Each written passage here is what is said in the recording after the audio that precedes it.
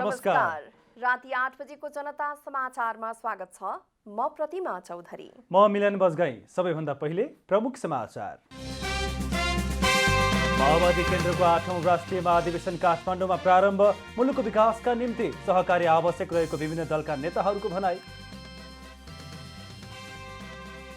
राष्ट्रपति विद्यादेवी भण्डारीद्वारा प्रथम राष्ट्रिय ज्येष्ठ नागरिक दिवसको शुभारम्भ। ज्येष्ठ नागरिकप्रति सम्मानित व्यवहार हुनुपर्नेमा जोड। प्रधान न्यायाधीश जबराको सम्पत्ति छानबिन गर्न नागरिक अगुवाहरूको माग। सम्पत्ति शुद्धिकरण अनुसन्धान विभागमा ज्ञापन पत्र बुझाइयो। कङ्गोमा भएको आत्मघाती बम विस्फोटमा परि 6 जनाको मृत्यु, 13 जना घाइते।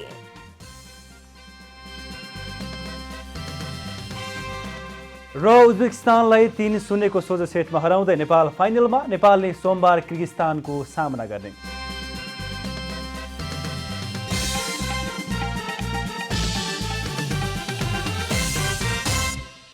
अब पुरा समाचार। नेकपा माओवादी केन्द्रको 8औं राष्ट्रिय महाधिवेशनमा विभिन्न दलका नेताहरूले आफ्नो धारणा व्यक्त गरेका छन्। माओवादी केन्द्रको 8औं महाधिवेशन ऐतिहासिक बनोस् भन्दै दलका नेताहरूले शुभकामना दिएका छन्। माओवादी केन्द्रको निमन्त्रणालाई स्वीकार गर्दै विभिन्न राजनैतिक दलका नेताहरू 8औं राष्ट्रिय महाधिवेशनमा उपस्थित भएका थिए। कार्यक्रममा बोल्दै नेकपा क्रान्तिकारी माओवादीका नेता सीपी गजुरेलले पूर्व माओवादीहरूको एकीकरणका लागि जनयुद्ध पूर्वको केन्द्रीय समितिले अघि सारेको प्रतिबद्धता पुनर्स्थापना हुनुपर्ने बताउनु भएको छ। उहाँले एमसीसी खारेज गराउन महाधिवेशनले जोड दिनुपर्ने शर्त पनि अघि सार्नु भएको छ। यहाँ तपाईहरूले र तपाईहरूको पार्टीका अध्यक्षले बेला बखतमा भन्ने गर्नुभएको कुरा कि पुराना माओवादी एकजुट हुनुपर्छ, एकताबद्ध हुनुपर्छ भनिरहेको कुरा पनि यतिखेर म राम्रोसँग सम्झिरहेको छु र हामीले यसलाई नकारात्मक होइन सकारात्मक अर्थमा बुझ्ने गरेका छौँ। राष्ट्रिय जनमोर्चाकी उपाध्यक्ष दुर्गा पौडेलले प्रतिगमन विरोधी शक्तिहरू एकजुट भएर अगाडि जान नसकेमा देश फेरि प्रतिगमनतर्फ जाने र राजनैतिक दलहरूको भूल हुने बताउनुभयो। आज प्रतिगमन आज चर्को रूपमा अगाडि बढिरहेको छ। प्रतिगमनको विरुद्धमा 5 दलीय गठबन्धनले महत्त्वपूर्ण निर्णायक भूमिका निर्वाह गरेको छ, तर त्यो निर्णायक भूमिकालाई अझै अगाडि लैजानु पर्ने आजको आवश्यकता पनि हो। नेकपा एमालेका महासचिव शङ्कर पोखरेलले अहिले नेपालको वामपन्थी आन्दोलन सही बाटोमा नरहेको बताउनु भएको छ। 2074 सालको निर्वाचनमा नेकपा एमाले र नेकपा माओवादी केन्द्रले एउटै घोषणापत्र लिएर भाग लिएको स्मरण गर्दै उहाँले एकताका लागि गरिएको प्रयास इमान्दार भए पनि त्यसलाई जोगाउन नसकिएको बताउनुभयो। आजको नेपाली वामपन्थी आन्दोलन जुन बाटोमा हिँड्दैछ त्यो सही बाटोमा हिँड्दै छैन। लक्ष्य एकातिर छ, उद्देश्य एकातिर छ। राजनीतिक प्रश्नमा रहेका मतभेदका कारणले हामी बोल्न छोडेका छौँ, हेर्न छोडेका छौँ। यस प्रकारको चिन्तनले नेपाली समाजको रूपान्तरणको हाम्रो ध्येय पूरा हुन सक्छ, किमर्थ हुन सक्दैन? राप्रपाकी महामन्त्री कुन्ती शाहीले राजनैतिक दलहरू आफ्नो विचार र वादभन्दा माथि उठेर राष्ट्रियतालाई बलियो बनाउन लाग्नुपर्ने बताउनु भएको छ। नेपाली युवाहरूको चाहना विदेशीले हस्तक्षेप गर्न नसक्ने बलियो देश, स्वावलम्बी अर्थतन्त्र भएको देश बनाउने रहेको भन्दै माओवादी केन्द्रले महाधिवेशनबाट यस्तै प्रकारको नीति लिनेमा उहाँले विश्वास व्यक्त गर्नुभयो। पक्कै पनि युवाहरूको चाहना, महिलाहरूको चाहना, विशेष गरेर विदेशमा रहेका लाखौं युवाहरू कसरी मेरो देश बनाउन सक्छु र मेरो पसिना मेरो देशको लागि खर्च गर्न पाऊँ भन्ने जुन चाहना छ, चाहनाहरूलाई छलफल गर्ने, अधिकारहरूलाई छलफल गरेर सार्थक निष्कर्षमा पुग्नुस् भन्ने पनि शुभकामना दिन चाहन्छु। कार्यक्रममा बोल्दै नेकपा मालेका महासचिव सीपी मैनालीले एउटा लक्ष्य प्राप्तिका लागि गरिएको जनयुद्ध अर्कै वस्तु लिएर दिशा बोड्न पुगेको टिप्पणी गर्नुभयो। नेपाली इतिहासको 10 वर्षे कालखण्डबाट गुज्रिँदै एउटा विशद चर्चित आन्दोलनबाट आएको यस पार्टीको यस महाधिवेशनले जनताका यस्ता असन्तोष तथा जवाब तलब र इतिहासको सम्भावित फैसलालाई अवश्य सम्बोधन गर्नेछ। महाधिवेशनमा देशभरबाट करिब 1600 प्रतिनिधिहरू सहभागी भएका छन्। 5 दिनसम्म चल्ने महाधिवेशनले पार्टीको नयाँ नेतृत्व पनि चयन गर्नेछ। नेकपा माओवादी केन्द्रको 5 दिनसम्म चल्ने 8औं राष्ट्रिय महाधिवेशन काठमाडौँमा प्रारम्भ भएको छ। महाधिवेशनमा सहभागिता जनाउन देशभरिबाट प्रतिनिधिहरू काठमाडौँ आएका छन्। नेकपा माओवादी केन्द्रको 8औं महाधिवेशन काठमाडौँमा प्रारम्भ भएको छ। 5 दिनसम्म चल्ने महाधिवेशनमा सहभागिता जनाउन देशभरिका प्रतिनिधिहरू काठमाडौँ आएका छन्। महाधिवेशनले नयाँ नेतृत्व चयन र पार्टीको नीति र विचारलाई थप परिमार्जित गर्नेछ। महाधिवेशनको उद्घाटन सत्रमा विभिन्न प्रमुख राजनीतिक दलका शीर्ष नेताहरूको उपस्थिति रहेको थियो। उद्घाटन सत्रमा शुभकामना दिँदै नेपाली कांग्रेसका सभापति एवं प्रधानमन्त्री शेरबहादुर देउवाले माओवादी अध्यक्ष पुष्पकमल दाहालको अगुवाई र बलमा संविधान सभामा गएको बताउनुभयो। संविधान सभाको चुनाव गरे भने शान्ति प्रक्रियामा संविधान सभाको चुनाव यो सत्य कुरा हो कि उहाँको चाहिँ बलले उहाँको चाहिँ उडे संविधान सभामा हामीहरू गएका हौँ। महाधिवेशनको उद्घाटन सत्रमा बोल्दै नेकपा एकीकृत समाजवादीका अध्यक्ष माधव कुमार नेपालले जनताको विश्वास जित्नका लागि व्यवहारमा परिवर्तन गर्नुपर्नेमा जोड दिनुभयो। प्रतिगमनका विरुद्ध लड्नका लागि लोकतन्त्र प्रेमी दलहरू एकजुट हुनुपर्ने नेपालको भनाइ छ। हाम्रो ध्यान जानुपर्छ, हाम्रो नेपाली जनता कसरी खुसी हुन सक्छन्, सुखी हुन सक्दछन्, देश कसरी समृद्ध हुन सक्दछ, यसमा हाम्रो ध्यान जान सक्यो भने बल्ल राजनीतिक दलको कुनै औचित्य रहन्छ। महाधिवेशनको उद्घाटन सत्रमा बोल्दै माओवादी केन्द्रका अध्यक्ष पुष्पकमल दाहालले शान्ति सम्झौताका धेरै कामहरू बाँकी रहेकोले यसलाई छिट्टै पूरा गर्ने बताउनु भएको छ। नेपालमा समाजवादको यात्रा तय गर्नका निम्ति राजनीतिक दलहरू नयाँ ढङ्गले प्रस्तुत हुनुपर्नेमा दाहालको जोड थियो। नेपालमा साँचो अर्थमा कम्युनिस्ट आन्दोलनलाई बलियो बनाउन चाहने, समाजवादी अभियानलाई साँचो अर्थमा अगाडि बढाउन चाहनेहरू सबैलाई एउटा प्रेरणा दियोस् भन्ने उद्देश्यको साथ यो महाधिवेशनमा हामी प्रस्तुत हुँदैछौँ। माओवादीको 8औं राष्ट्रिय महाधिवेशनले मुलुकलाई नयाँ अध्यायमा लैजान सफल बन्नेमा दाहालले विश्वास व्यक्त गर्नुभयो। संघीय लोकतान्त्रिक गणतन्त्रको भावना अनुसार नेपालका सबै दलहरू एकडिक्का बन्नुपर्नेमा दाहालको तर्क छ। सरकारले प्रथम राष्ट्रिय ज्येष्ठ नागरिक दिवस मनाएको छ। आइतबार शीतल निवासमा ज्येष्ठ नागरिकहरूलाई सम्मान गर्दै राष्ट्रपति विद्यादेवी भण्डारीले प्रथम राष्ट्रिय ज्येष्ठ नागरिक दिवसको शुभारम्भ गर्नुभएको हो। नयाँ र पुरानो पुस्ताबीच पर्याप्त संवादको अभावमा आजभोलि परिवार र समाजमा विभिन्न समस्याहरू उत्पन्न भइरहेको राष्ट्रपति भण्डारीले बताउनुभयो। राष्ट्रपति भण्डारीले कतिपय ज्येष्ठ नागरिकहरूले अवहेलना र दुर्व्यवहार बिहोर्नु परेको भन्दै ज्येष्ठ नागरिकहरूलाई आघात पुर्याउने यस प्रकारका प्रवृत्तिहरूलाई निरुत्साहित गरी सभ्य समाज निर्माणमा क्रियाशील हुन आह्वान समेत गर्नुभयो।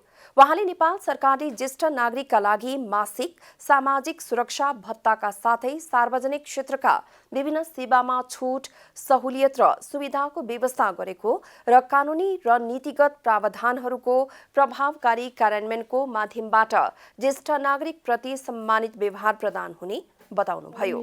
र सुविधाको व्यवस्था गरेको छ। यी कानुनी र नीतिगत प्रावधानहरूको प्रभावकारी कार्यान्वयनको माध्यमबाट ज्येष्ठ नागरिक प्रति सम्मानित व्यवहार र सहज जीवनयापनमा सीमित भए पनि सहयोग पुग्ने मैले विश्वास लिएको छु। कार्यक्रममा शताब्दी पुरुष सत्यमोहन जोशीले सरकारले पहिलो पटक ज्येष्ठ नागरिकहरूको सम्मान गरेकोमा खुशी प्रकट गर्दै यो नेपालको इतिहासमा स्वर्ण अक्षरले लेखिने दिनको रूपमा स्मरण गरिने बताउनुभयो। उहाँले नेपाल सानो मुलुक भए पनि यहाँको परम्परा, रीतिस्थिति, धर्म, संस्कृतिलाई सुहाउने गरेर ज्येष्ठ नागरिकहरूलाई गरिएको सम्मान नेपालको इतिहासलाई धन्य बनाएको बताउनुभयो।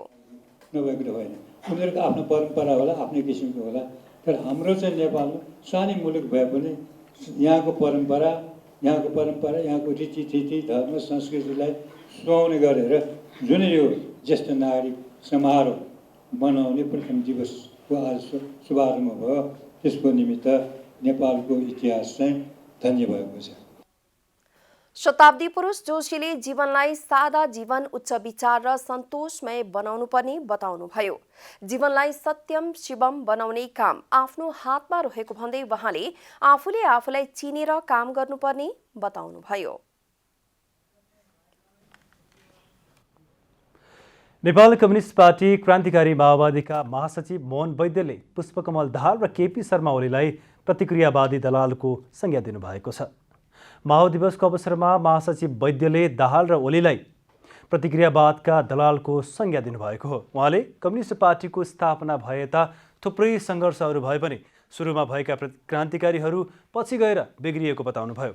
उहाँले यस्ता घटनाहरूको व्याख्या नगरी अघि बढ्न नसकिने भन्दै अहिले नेपालमा सच्चा कम्युनिस्ट को हो भन्ने प्रश्न खडा भएको बताउनुभयो। महासचिव वैद्यले दक्षिणपन्थीको नेतृत्व गर्नेहरूले नै अहिलेको ठूलो खतरा दक्षिणपन्थी अवसरवाद भनिरहेको बताउनुभयो। प्रचण्डहरू सम्मेलन हुँदैछ, राज्य सम्मेलन, म क्रान्तिकारी भएँ भनेर भन्न थाले उनले। विचारमा क्रान्तिकारी, पार्टी अब नयाँ पार्टीको निर्माण गर्ने आदि भनेर थुप्रै फलाकन थालिसक्यो। अब जस्तो अवसरवादी भए पनि एउटा विचित्र कुरा के हो भने मार्क्सवाद माओवादको नाम त सबभन्दा बढ्दो रहेछ। हेर्नुहोस्, ओलीलाई पनि पर्यो। अब प्रचण्डलाई अहिले माओवाद त उहिले छोडे हो, अहिले मार्क्सवाद माओवाद पनि झुन्डिया छन्। महासचिव वैद्यले मार्क्सवाद लेनिनवाद माओवाद मात्र भनेर नहुने भन्दै त्यसले भनेअनुसारको राजनीतिक कार्यदिशा बनाउनु पर्नेमा जोड दिनुभयो। नेकपा एमालेका अध्यक्ष एवं पूर्व प्रधानमन्त्री केपी शर्मा ओलीले आइतबार झापाको दमकस्थित गोल्डन गेटको औपचारिक उद्घाटन गर्नुभएको छ। गृहनगर आएका एमाले अध्यक्ष ओलीले दमक अस्पतालमा रहेको अक्सिजन प्लान्टको समेत निरीक्षण गर्नुभएको छ। गोल्डन गेटको उद्घाटनपछि दमक अस्पतालमा निर्माण गरिएको अक्सिजन प्लान्टको ओलीले निरीक्षण गर्नुभएको हो। दमक 4 मा निर्माण गरिएको भ्यू टावरको पनि स्थलगत निरीक्षण गरेर अध्यक्ष ओलीले जनता आवास कार्यक्रम अन्तर्गत 33 वटा घरको साँचो हस्तान्तरण गर्नुभएको थियो। अध्यक्ष ओली सोमबार पनि आफ्नो निर्वाचन क्षेत्रमा व्यस्त रहने नेकपा एमाले झापाले जनाएको छ। सोमबार एमालेमा नवप्रवेशीहरूलाई स्वागत गर्ने कार्यक्रम रहेको बताइएको छ। गृह मन्त्रालयले मातहत निकायका विविध क्षेत्रको सुधारका लागि छलफल सुरु गरेको छ। अध्यागमन विभाग, कारागार व्यवस्थापन, अपराध नियन्त्रण, शान्ति सुरक्षा, सीमा व्यवस्थापन, नागरिकता, राष्ट्रिय परिचय पत्र, शरणार्थी समस्या, विपद व्यवस्थापन, लागू औषध नियन्त्रणका विषयमा मन्त्रालयले सरकारवालासँग सुझाव लिएको हो। मन्त्रालयमा आयोजित कार्यक्रममा मन्त्रालयका प्रवक्ता सहसचिव प्रदीप कुमार कोइरालाले कमी कमजोरी पहिल्याउँदै समाधानको प्रयासका लागि छलफल गरिएको जानकारी दिनुभयो। सुधारको क्षेत्र पहिचान गर्दै योजना बनाएर कार्यान्वयनमा लगिने विषयमा छलफल भएको छ। सभाको निर्वाचन र अब आउँदै गरेको स्थानीय तहको समेत निर्वाचनलाई लक्षित गरेर यो सुरक्षा प्रबन्ध कसरी मिलाउने भन्ने विषयमा आज चाहिँ त्यसैमा छलफल भएको छ र सुरक्षाका चाहिँ बहुआयामिक आयामहरू सबैको व्यवस्थापन गर्ने भन्ने विषयमा आज छलफल। सुरक्षाको प्रबन्ध मिलाउने तयारी स्वरूप यो चाहिँ निर्वाचनको तयारी स्वरूप हामीले सुरक्षाको प्रबन्ध मिलाउनलाई छलफल। छलफलका क्रममा सरकारवालाहरूले आधुनिक प्रविधिको प्रयोग र दक्ष जनशक्ति मार्फत विषयगत क्षेत्रको सुधारको खाँचो रहेको बताएका थिए। यसअघि पनि मन्त्रालयले गृह प्रशासन सुधार योजना 2074 लागू गरेको थियो। प्रधानमन्त्री शेरबहादुर देउबा 5औं पटक प्रधानमन्त्री बन्नु भएपछि छिमेकी मुलुक भारतको पहिलो 3 दिने भ्रमण गर्न लाग्नु भएको छ। प्रधानमन्त्री देउबालाई भारत सरकारले गुजरातको गान्धीनगरमा पौष 26 गतेदेखि 28 गतेसम्म हुने भाइब्रेन्ट गुजरात ग्लोबल समिटमा भाग लिन निम्तो पठाएपछि सरकारले प्रधानमन्त्री देउबाको भारत भ्रमण सम्बन्धी तयारी थालेको हो। भारतीय प्रधानमन्त्रीको निम्तो प्राप्त भएको छ। त्यसअनुसार भ्रमणको आवश्यक गृह कार्य भइरहेको प्रधानमन्त्रीका स्वकीय सचिव भानु देउबाले जानकारी दिनुभयो। प्रधानमन्त्री देउबाको भ्रमण योजनाको पूर्ण स्वरूप तयार भइ नसकेकाले भारत भ्रमणका बेला हुने भेटघाटको विस्तृत कार्यतालिका तयार नभएको परराष्ट्र मन्त्रालयले जनाएको छ। प्रधानमन्त्री शेरबहादुर देउबा 5औं पटक प्रधानमन्त्री भएपछि छिमेकी मुलुक भारतको पहिलो 3 दिने भ्रमण गर्न लाग्नु भएको हो। प्रधान न्यायाधीश चोलेन्द्र शमशेर जबराको सम्पत्ति छानबिनको माग गर्दै बृहत नागरिक आन्दोलनका अगुवाहरूले सम्पत्ति शुद्धिकरण अनुसन्धान विभागमा ज्ञापन पत्र बुझाएका छन्। आइतबार ललितपुरको पुल्चोक स्थित विभागको कार्यालय पुगेर महानिर्देशक प्रेम प्रसाद भट्टराईलाई बृहत नागरिक आन्दोलनका अगुवा प्राध्यापक डाक्टर गोविन्द केसी सहितको टोलीले प्रधान न्यायाधीश जबराको सम्पत्ति छानबिन गर्न माग गर्दै ज्ञापन पत्र बुझाएका हुन्। प्रधान न्यायाधीश सबराले भाइ, धर्मपत्नी, परिवारका अन्य सदस्य एवं नातेदार, वहाँ निकट न्यायाधीश, संवैधानिक निकायका पदाधिकारी, व्यापारी एवं पेशेवरहरूको सहयोगमा भ्रष्टाचार गरेको आरोप समेत लगाएका छन्।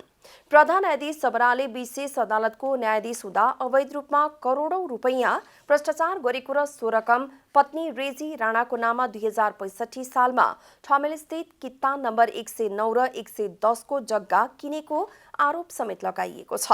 ज्ञापन पत्र बुझाउँदै नागरिक आन्दोलनका अगुवा समेत रहनुभएका डाक्टर केसीले शक्तिको आडमा जिम्मेवार पदाधिकारीको संरक्षणमा भ्रष्टाचार जन्य कार्यबाट अकुत सम्पत्ति आर्जन गरी अस्वाभाविक जीवनशैली देखाएका प्रधान न्यायाधीशको सम्पत्ति अपारदर्शी देखिएकाले छानबिनको माग गरेको बताउनुभयो। अपारदर्शी भएको र त्यस्ता न्यायाधीशहरूलाई कारबाहीको दायरामा ल्याउन नसकेको कारण विकृति, विसङ्गति र भ्रष्टाचार मौलाएको छ भन्ने आम सरकारवालाहरूको गुनासो रहेको पाइन्छ। ज्ञापन पत्र बुझाएपछि अधिवक्ता ओम प्रकाश अर्यालले विभागले यसको निचोड दिनुपर्ने बताउनुभयो। पत्रिकामा सूचना त थुप्रैको बारेमा आइरह हुन्छन्, कुनैको लिने कुनैको नलिने, अब यसैमा मात्रै किन भनेर कहिलेकाहीँ कार्यालयलाई आरोप पनि लाग्न सक्लान्। त्यस्तो किसिमको कुनै आरोप पनि नलागोस् यस कार्यालयलाई भनेर हामी स्वयं एउटा जिम्मेवार नागरिकको हैसियतले डाक्टर केसीको अगुवाईमा हामीहरू यहाँ उपस्थित भएका छौँ। प्रधान न्यायाधीश सबराको सम्पत्ति शुद्धिकरणको माग गर्दै कानून व्यवसायी तथा नागरिक आन्दोलनका अगुवाहरूले विभागलाई ज्ञापन पत्र बुझाएका हुन्। ज्ञापन पत्र लिँदै विभागका महानिर्देशक भट्टराईले प्रधान न्यायाधीश विरुद्धको सम्पत्ति शुद्धिकरणको प्रक्रिया अघि बढ्ने बताउनुभयो। प्रधान न्यायाधीश सोलेन्द्र शमशेर जबराको राजीनामा माग गर्दै नेपाल बार एसोसिएसनले आफ्नो आन्दोलन जारी राखेको छ। आइतबार पनि सर्वोच्च अदालत परिसरमा बारले प्रधान न्यायाधीश जबराको राजीनामा माग गर्दै आन्दोलन गरेको हो। आन्दोलनपछि सञ्चारकर्मीहरूसँग बोल्दै बारका अध्यक्ष चण्डेश्वर श्रेष्ठले स्वतन्त्र र स्वच्छ न्यायपालिका मानवाधिकारको मेरुदण्ड भएकाले न्यायपालिका भित्र विकृति, विसङ्गति हुन नहुने बताउनुभयो। वहाँले न्यायपालिका भित्र विकृति, विसङ्गति तथा अनियमितता, भ्रष्टाचार र बिचौलियाहरूले प्रवेश पाएको र प्रभाव बढ्दै गएका कारण न्यायपालिकाको स्वतन्त्रतामाथि गम्भीर प्रहार भएको समेत बताउनुभयो। अध्यक्ष श्रेष्ठले न्यायपालिकाको स्वतन्त्रता, स्वच्छता, निष्पक्षता, जवाफदेहिता कायम गर्न र न्यायमा सबैको समान पहुँच सुनिश्चित गर्न न्यायपालिका भित्रको अनियमितता, भ्रष्टाचार एवं बिचौलिया अन्त्य गर्नका लागि आवश्यक कदम चाल्न सम्बन्धित सबैको ध्यानाकर्षण गराउनुभयो। न्यायपालिका भित्र विकृति, विसङ्गति तथा अनियमितता, भ्रष्टाचार र बिचौलियाहरूले प्रवेश पाएको र प्रभाव बढ्दै गएको कारण न्यायपालिकाको स्वतन्त्रतामाथि गम्भीर प्रहार भएको छ। सर्वोच्च अदालत बार एसोसिएसनका अध्यक्ष पूर्णमान शाक्यले प्रधान न्यायाधीश सबरा र परिवारको सम्पत्ति शुद्धिकरणका लागि नेताहरू सम्पत्ति शुद्धिकरण कार्यालयमा जाने तयारीमा रहेको बताउनुभयो। वहाँले सम्पत्ति शुद्धिकरण आयोगबाट छानबिन गर्न बारले पनि सहयोग गर्ने बताउनुभयो। बारेमा सम्पत्ति शुद्धिकरण आयोगबाट चाहिँ सम्पत्तिको छानबिन गर्नलाई उहाँहरूले माग पत्र लिएर जाँदै हुनुहुन्छ। यो एउटा नयाँ एउटा उहाँबाट सम्पत्ति शुद्धिकरणबाट पनि यसको छानबिन हुनु जरुरी छ भन्ने हामी सबैलाई पनि लागेको हो र हामीबाट उहाँहरूले उचालेको कदमलाई हामी स्वागत गर्दछौँ। प्रधान न्यायाधीश सबराको राजीनामाको माग गर्दै नेपाल बार एसोसिएसन, सर्वोच्च अदालत बार एसोसिएसनका पदाधिकारीहरू सहित कानून व्यवसायीहरूले कार्तिक 14 गतेदेखि हातमा कालो पट्टी बाँधेर विरोध प्रदर्शन गर्दै आएका छन्। नेपालमा पछिल्लो 24 घण्टामा थप 219 जनामा कोरोना भाइरस संक्रमण पुष्टि भएको स्वास्थ्य तथा जनसङ्ख्या मन्त्रालयले जनाएको छ। आइतबार 7180 जनाको पीसीआर परीक्षण गर्दा 213 जना र 2497 जनाको एन्टिजन परीक्षण गर्दा 6 जना गरी 219 जनामा कोरोना भाइरसको संक्रमण पुष्टि भएको छ। यस्तै पछिल्लो 24 घण्टामा कोरोना संक्रमणबाट 2 जनाको मृत्यु भएको छ भने 283 जना निको भएका छन्। आइतबारसम्म नेपालमा कोरोना संक्रमितको कुल संख्या 9,23,402 पुगेको छ। त्यसै गरी मृत्यु हुनेको सङ्ख्या 11,585 पुगेको छ भने 8,10,780 जना सङ्क्रमण मुक्त भएका छन्। मन्त्रालयका अनुसार हाल देशभर सक्रिय सङ्क्रमितको सङ्ख्या 4,906 जना रहेका छन्। यस्तै 10 वर्ष मुनिका 5 बालबालिकामा कोरोना सङ्क्रमण पुष्टि भएको छ भने 11 देखि 20 वर्ष उमेर समूहका 16 जना कोरोना सङ्क्रमित थपिएका छन्। रामेछाप जिल्लाको पहिचानको रूपमा रहेको जुनार जुस उद्योग सञ्चालनमा आएपछि स्थानीयले गाउँमै रोजगारी पाएका छन्। लकडाउनको कारण मारमा परेको जुनार जुस उद्योग सहज सञ्चालनमा आएसँगै गाउँमै रोजगारीको सृजना भएको हो। रामेछाप जिल्लाको पहिचानको रूपमा रहेको जुनारको जुस उद्योग सञ्चालनमा आएपछि स्थानीयले गाउँमै रोजगारी पाएका छन्। कोरोना सङ्क्रमण फैलिएसँगै भएको लकडाउनको कारण मारमा परेको जुस उद्योग सहज सञ्चालनमा आएपछि स्थानीयले गाउँमै रोजगारी समेत पाएका छन्। जुनार खेती तथा जुनारको जुस उद्योग रामेछाप जिल्लाको भरपर्दो आम्दानीको स्रोतको रूपमा रहेको छ। अहिले जुनार टिप्ने सिजन भएकाले जुनार बगैँचा र उद्योगमा गरी दैनिक 80 जना भन्दा बढी स्थानीयले रोजगारी गर्दै आएका छन्। 10 टन चाहिँ पेलिसक्यो हामीले, लगभग 9-10 टन अझै बाँकी छन्। दिनमा 80 जना भन्दा बेसी हाम्रो चाहिँ कर्मचारी रोजगार पाएर आउँछौँ, महिला पुरुष गरेर। टाढा गएर काम गर्न नसक्ने अवस्थाका वृद्ध र विद्यार्थीहरूका लागि जुस उद्योगले रोजगारीको राम्रो अवसर दिएको छ। गाउँमै रोजगारी पाउँदा घरायसी तथा दैनिक उपभोग्य सामान जुटाउन सहज भएको वृद्धहरूको भनाइ छ। बुढाबुढी मान्छे अन्त गरेर गर्न सक्दैन, राम्रोसँग दिनमा 8-9 सय कमाउनु भन्दा पुरा राम्रो हुन्छ। यस्तो रोजगारी पाइन्छ भने सधैँभरि पाइयो भने झन् धेरै राम्रो भयो नि त। चिया चिनी खानु हुन्छ भनेर गाउँमै यहाँ अब सबैजनाले गर्दाखेरि रहर लाग्यो मलाई पनि, अनि आयो आएर गरेको। अब धेर त गर्नु सकिँदैन, बुढाबुढी धेर काम सक्दिनँ। बिहान कलेज पढ्ने विद्यार्थीहरूको लागि पनि जुस उद्योग रोजगारीको माध्यम बनेको छ। बिहान कलेज जाने र दिउँसो जुनार उद्योगमा काम गर्न पाउँदा पढाइ खर्च जुटाउन सहज भएको उनीहरूको भनाइ छ। हामी चाहिँ बिहान कलेज जान्छौँ, अनि कलेजबाट आएर यहाँ दिउँसोभरि जुनार तास्छौँ र दिनको 300 किलो जति तास्छौँ, अनि त्यो चाहिँ दिनको 900 जति हुन्छ। 1 महिनाको भए पनि हामीले अब रोजगार पाएका छौँ होइन। अब हामी जस्तो अब विद्यार्थीहरू कलेज जानेहरूलाई बिहान कलेज गयो, दिउँसो आएर कलेज अब जे भयो नि कलेजको लागि त्यसो खर्च पनि हुन्छ। लकडाउन हटेसँगै जुनारको जुस व्यापारमा समेत वृद्धि भएको र गत वर्ष स्टक रहेको जुस समेत यस वर्ष खपत हुने उद्योग सञ्चालकको भनाइ छ। वार्षिक 12,000 मेट्रिक टन जुनार उत्पादन हुँदै आएको रामेछापबाट जुनारको दाना र जुस गरी वार्षिक 10 करोड रुपियाँ बराबरको जुनार निर्यात हुने गरेको छ। रामेछापबाट सुमित श्रेष्ठको रिपोर्ट। सामुदायिक वन उपभोक्ता महासङ्घ नेपालले समुदायको अधिकार कटौती गर्ने गरी सरकारले तयार पारेको वन नियमावली 2078 विरुद्ध आन्दोलन गर्ने घोषणा गरेको छ। महासङ्घले आइतबार भक्तपुरमा पत्रकार सम्मेलन गरी सङ्घीय तथा प्रदेश सरकारले वन ऐन 2076 विपरीतका व्यवस्थाहरू समावेश गराएर सामुदायिक वन हस्तक्षेप गर्ने गरी समुदायको अधिकार कटौती गर्ने गरी वन नियमावली 2078 तयार पारिएको भन्दै त्यसका विरुद्ध आन्दोलन गर्ने घोषणा गरेको हो। पत्रकार सम्मेलनमा बोल्दै महासङ्घका अध्यक्ष भारती पाठकले सरकारले समुदायले प्रयोग गर्दै आएको सामुदायिक वनको अधिकार कटौती गरेको बताउनुभयो। उहाँले प्रदेश र सङ्घीय सरकारले तयार पारेको वन नियमावली 2078 समुदायको अधिकार कटौती गर्दा स्थानीय समुदाय वन जोगाउन भन्दा पनि वन जगाएर गरिब जनताले के पाउँछ भन्ने अवस्था आएको बताउनुभयो। अध्यक्ष पाठकले जनतामा वन जोगाउने ऊर्जा नियमावलीले थप्नुपर्ने ठाउँ उल्टो ऊर्जा घटाएको बताउनुभयो।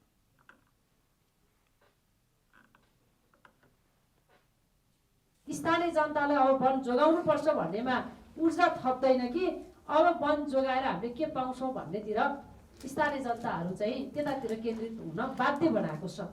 किन भन्दा हामीले योभन्दा अगाडि पनि आपूर्ति जिल्ला वन पैदावार आपूर्ति समितिलाई 25% सरकारले व्यवस्था गरेको थियो। त्यो सबै ठाउँमा अनिवार्य थिएन। त्यो 25% सामुदायिक वनबाट उठेको काठ चाहिँ त्यो जनताले पाउँदैन थियो। महासङ्घले सरकारले बनाउन लागेको वन नियमावली जनपक्षीय नभएकाले अहिले व्यवस्था गर्न लागेको नयाँ व्यवस्था तत्काल खारेज गर्नुपर्ने माग राखेको छ। महासङ्घ वन ऐन 2076 विपरीत व्यवस्थाहरू खारेज नरहेसम्म यो पुस महिनाभरि आन्दोलन गर्ने घोषणा गरेको छ। देशमा सङ्घीयता आएपछि नागरिकहरूले केही हदसम्म भए पनि विकासको अनुभूति गर्न पाएका छन्। सहर केन्द्रित विकास गाउँ तथा दूरदराजसम्म पुगेपछि कृष्णपुर नगरपालिकाका दुर्गम क्षेत्रका नागरिकहरूले समेत परिवर्तनको अनुभूति गर्न पाएका हुन्। लामो समयपछिको सङ्घर्षपछि शासन व्यवस्था फेरिएसँगै नेपाल पनि सङ्घीयतामा गयो। केन्द्रीकृत राज्य सत्ताका कारण गाउँ तथा विकट ठाउँहरूका नागरिकले विकासको अनुभूति गर्न नसकेको अवस्थामा देश सङ्घीयतामा गएपछि केही हदसम्म भए पनि विकासको अनुभूति समेत भयो। संहितापछि नै कञ्चनपुरको निर्वाचन क्षेत्र नम्बर 2 अन्तर्गत कृष्णपुर नगरपालिका, चुरे क्षेत्र लगायत अन्य क्षेत्रका नागरिकहरूले समेत विकासको अनुभूति गर्न पाएका छन्। राज्यको कहिल्यै नजर नपुगेको यस भेगका जनताले समेत शुद्ध पिउने पानी, सडकको सुविधा, सिँचाइको सुविधा तथा कृषिमा समेत आत्मनिर्भर बन्न सकेको महसुस गरिरहेका छन्। प्रदेश सरकारले आफ्ना काम सुरु गर्यो, तबदेखि विकास निर्माणका कार्यहरू एकदम तीव्र गतिमा राम्रो जहाँ जस्तो हुनुपर्ने हो त्यसै किसिमले गरिरहेको र अहिले अब विकास निर्माणका काम एकदमै पहिलाको हिसाबले त यहाँ छलाङ्गमै अवस्थामा विकास भइरहेछ। प्रदेश सरकार गठन भएदेखि नै जनताको समस्या राख्दै जाँदा अहिले केही हदसम्म समस्या समाधान भएको कञ्चनपुरको निर्वाचन क्षेत्र नम्बर 2 का प्रदेश सभा सदस्य महेश दत्त जोशीको भनाइरहेको छ। देश संहितामा गएपछि दुर्गम भेगमा समेत स्वास्थ्य, शिक्षा, खानेपानी तथा कृषिमा महत्त्वपूर्ण उपलब्धि भएको जोशीको दाबी छ। मैले यहाँको जनताको समस्याहरू प्रदेश सभा मार्फत प्रदेश सरकारलाई भन्ने गरेको छु र ती कुराहरू अहिले कतिपय कुराहरू लागू भएका छन्। विकास निर्माणमा अहिले यहाँ चाहिँ अहिले तीव्रताका साथ अगाडि बढेको छ।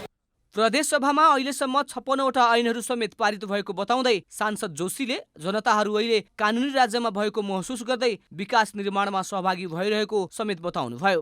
प्रदेश सांसदको हैसियतले खास गरी हाम्रो भूमिका भनेको कानुनहरू बनाउने, कानुन निर्माण गर्ने कुरामा बढी समय हुन्छ। हामीले अहिले 56वटा जति प्रदेश सभामा प्रदेश ऐनहरू पारित गरेका छौँ।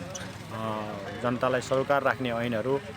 नेपाल जस्तो अल्पविकसित र सानो मुलुकका लागि संहिता खासै आवश्यक नभएको भन्ने कुरा पनि नसुनिएको होइन, तर संहिताले दुर्गम क्षेत्रमा केही हदसम्म नागरिकहरूलाई आत्मनिर्भर बनाउन सहयोग गरेको देखिन्छ।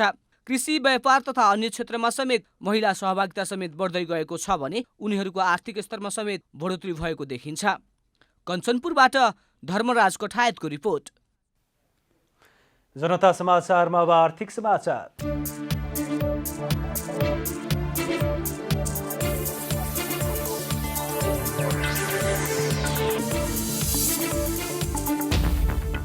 कोरोना भाइरस महामारीका बेला उच्च वृद्धि रहेको विद्युतीय कारोबार सुस्ताउन थालेको छ। नेपाल राष्ट्र बैंकको पछिल्लो तथ्याङ्कले असोजको तुलनामा कार्तिक महिनामा विद्युतीय कारोबार र अनलाइन भुक्तानीको संख्या र रकम दुवैमा गिरावट आएको देखिएको हो। Mobile banking, IPS, wallet, QR code, RTGS, internet banking, ATM लगायतका कारोबार घटेको हो। राष्ट्र बैंकका अनुसार गत असोजमा 15 अर्ब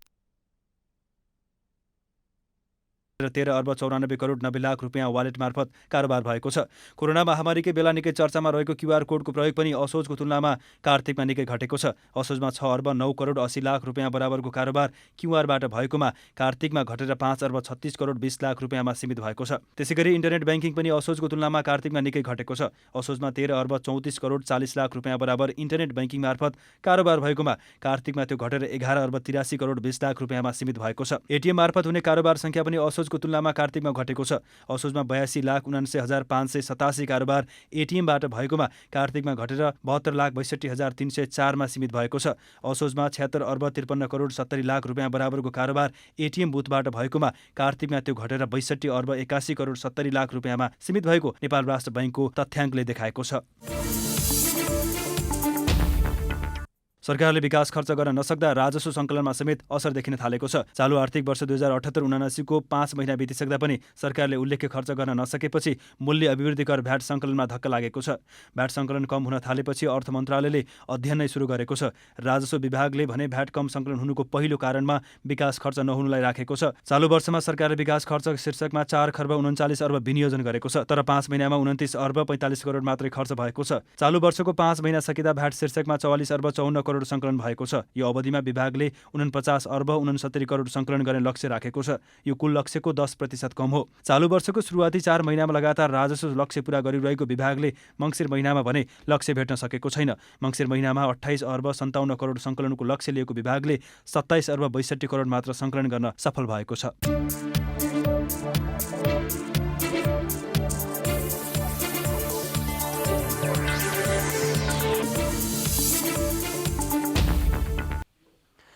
जनता समाचारमा अब खेलकुद समाचार।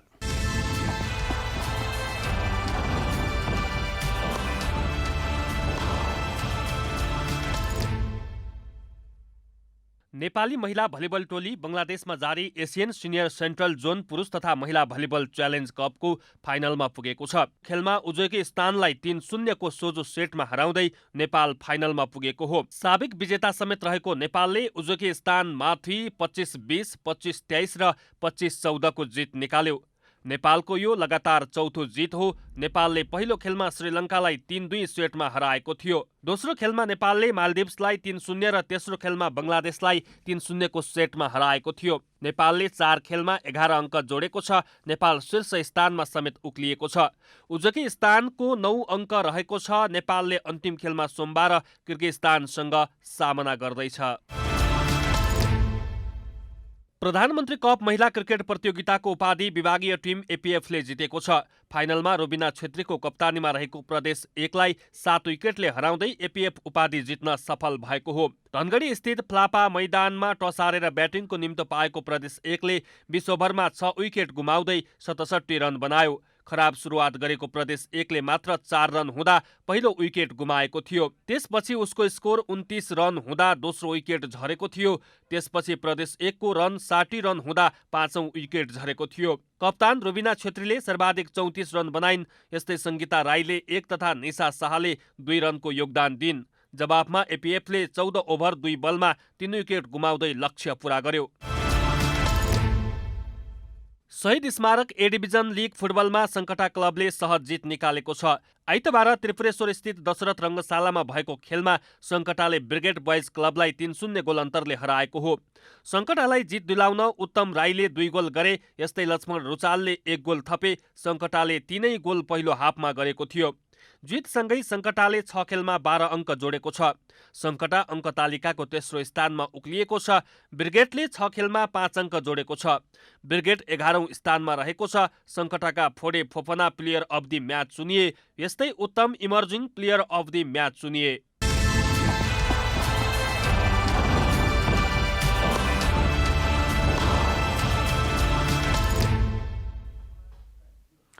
अब मौसम समाचार।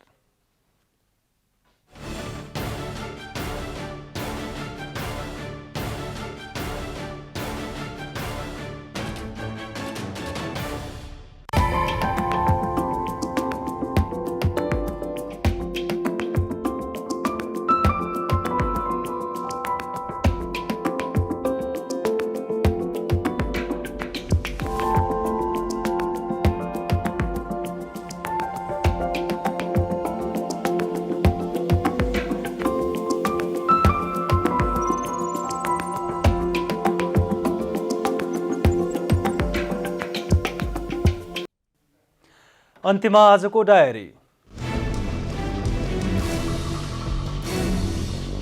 नेकपा माओवादी केन्द्रको 8औं राष्ट्रिय महाधिवेशन काठमाडौँमा जारी छ। माओवादीको निमन्त्रणालाई स्वीकार गर्दै विभिन्न राजनैतिक दलका नेताहरू महाधिवेशनमा उपस्थित भएका छन्। महाधिवेशनमा देशभरिबाट करिब 1600 प्रतिनिधिहरू सहभागी भएका छन्। 5 दिनसम्म चल्ने महाधिवेशनले पार्टीको नयाँ नेतृत्व पनि चयन गर्नेछ। प्रधानमन्त्री शेरबहादुर देउबा 5औं पटक प्रधानमन्त्री भएपछि छिमेकी मुलुक भारतको पहिलो 3 दिने भ्रमण गर्न लाग्नु भएको छ। प्रधानमन्त्री देउबालाई भारत सरकारले गुजरातको गान्धीनगरमा पौष 26 गतेदेखि 28 मा हुने भाइब्रेन्ट गुजरात ग्लोबल समिटमा भाग लिन निम्तो पठाएपछि सरकारले प्रधानमन्त्री देउबाको भारत भ्रमण सम्बन्धी तयारी थालेको हो। सरकारले प्रथम राष्ट्रिय ज्येष्ठ नागरिक दिवस मनाएको छ। आइतबार शीतल निवासमा ज्येष्ठ नागरिकहरूलाई सम्मान गर्दै राष्ट्रपति विद्यादेवी भण्डारीले प्रथम राष्ट्रिय ज्येष्ठ नागरिक दिवसको शुभारम्भ गर्नुभयो। राष्ट्रपति भण्डारीले कतिपय ज्येष्ठ नागरिकले अवहेलना र दुर्व्यवहार बेहोर्नु परेको भन्दै ज्येष्ठ नागरिकहरूलाई आघात पुर्याउने खालका प्रवृत्तिहरूलाई निरुत्साहित गरी सभ्य समाज निर्माणमा क्रियाशील हुन आह्वान गर्नुभयो। डेमोक्रेटिक रिपब्लिक अफ कङ्गोमा भएको आत्मघाती आक्रमणमा परि 6 जनाको मृत्यु भएको छ। कङ्गोको पूर्वी शहर बेनीमा रहेको एउटा भीडभाडयुक्त रेस्टुरेन्टमा भएको आत्मघाती बम विस्फोटमा परि 13 जना घाइते भएको बीबीसीले जनाएको छ। क्रिसमस मनाइरहेको क्रममा विस्फोटक पदार्थसहित प्रवेश गरेका एक व्यक्तिले आत्मघाती विस्फोट गराउँदा उनीसहित अन्य 5 जनाको मृत्यु भएको हो। नेपाली महिला भलिबल टोली बङ्गलादेशमा जारी एसियन सिनियर सेन्ट्रल जोन पुरुष तथा महिला भलिबल च्यालेन्ज कपको फाइनलमा पुगेको छ। बङ्गलादेशको ढाकामा आज भएको खेलमा उज्बेकिस्तानलाई 3-0 सोझो सेटमा हराउँदै नेपाल फाइनलमा पुगेको हो। नेपालले 4 खेलमा 11 अङ्क जोडेको छ। नेपाल शीर्ष स्थानमा समेत उक्लिएको छ।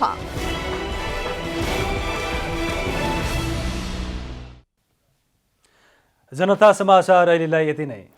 जनताद्वारा जनताका लागि प्रसारित जनता टेलिभिजन हेरिरहनुहोला। नमस्कार।